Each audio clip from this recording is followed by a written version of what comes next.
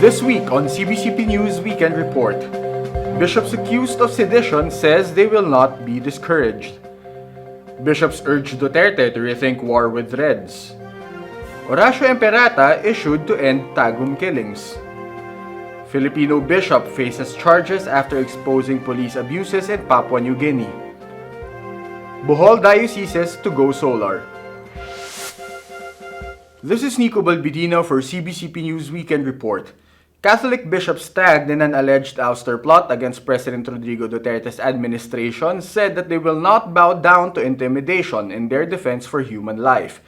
In a fraternal message issued over the weekend, the four bishops said that they will not allow any pressure to stop their mission to help the voiceless. This is the first time that Archbishop Socrates Villegas, Bishops Pablo Virgilio David, Honesto Ongtioco, and Teodoro Bacani spoke as one, since the police filed charges against them in July. They reiterated that they will not join any action through violent or illegal means, stressing that they will abide by due process as they pray that the spirit and justice of truth will reign. The sedition case and other charges stemmed from a viral video linking President Duterte and his family to the illegal drug trade. In Quezon City, Archbishop Antonio Ledesma has warned President Rodrigo Duterte that his threat for an all-out war with communist rebels will only worsen the animosity. Speaking at an ecumenical peace forum, the bishop from Cagayan de Oro urged Duterte not to completely abandon the peace negotiations. Ledesma was the keynote speaker at a forum held in Quezon City last Thursday, where peace advocates renewed their calls for the resumption of peace talks. That is, to prevent the escalation of armed conflict and reduce the climate of fear enveloping some provinces. Duterte on Tuesday ordered an all-out war against the New People's Army, 6 months after permanently terminating the peace negotiations with the rebels. The talks between both parties have been in limbo since 2017. This after Duterte called out a series of rebel attacks on the military.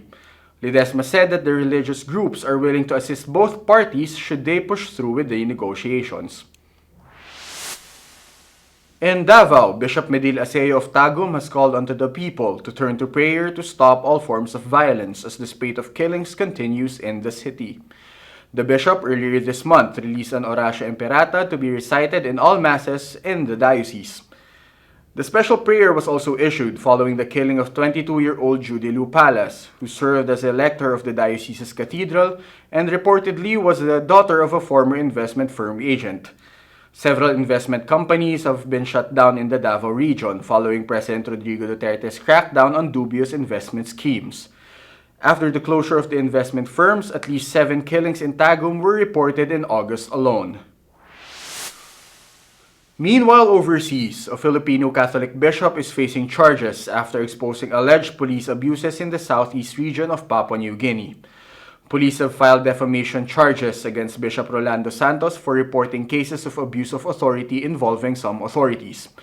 Instead of getting discouraged, the 70-year-old Vincentian prelate considers his case a blessing in disguise, as it seemingly generated a national reaction against police abuse of authority.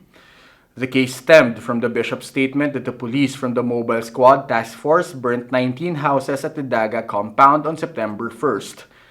The bishop also posted the incident on his Facebook account, and it instantly went viral.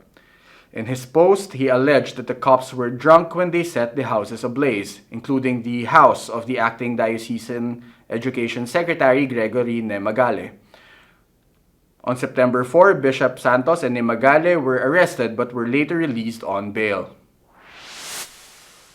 The 2 Catholic dioceses of the Bohol province will soon see solar panels appearing on several parishes, pastoral centers, and schools.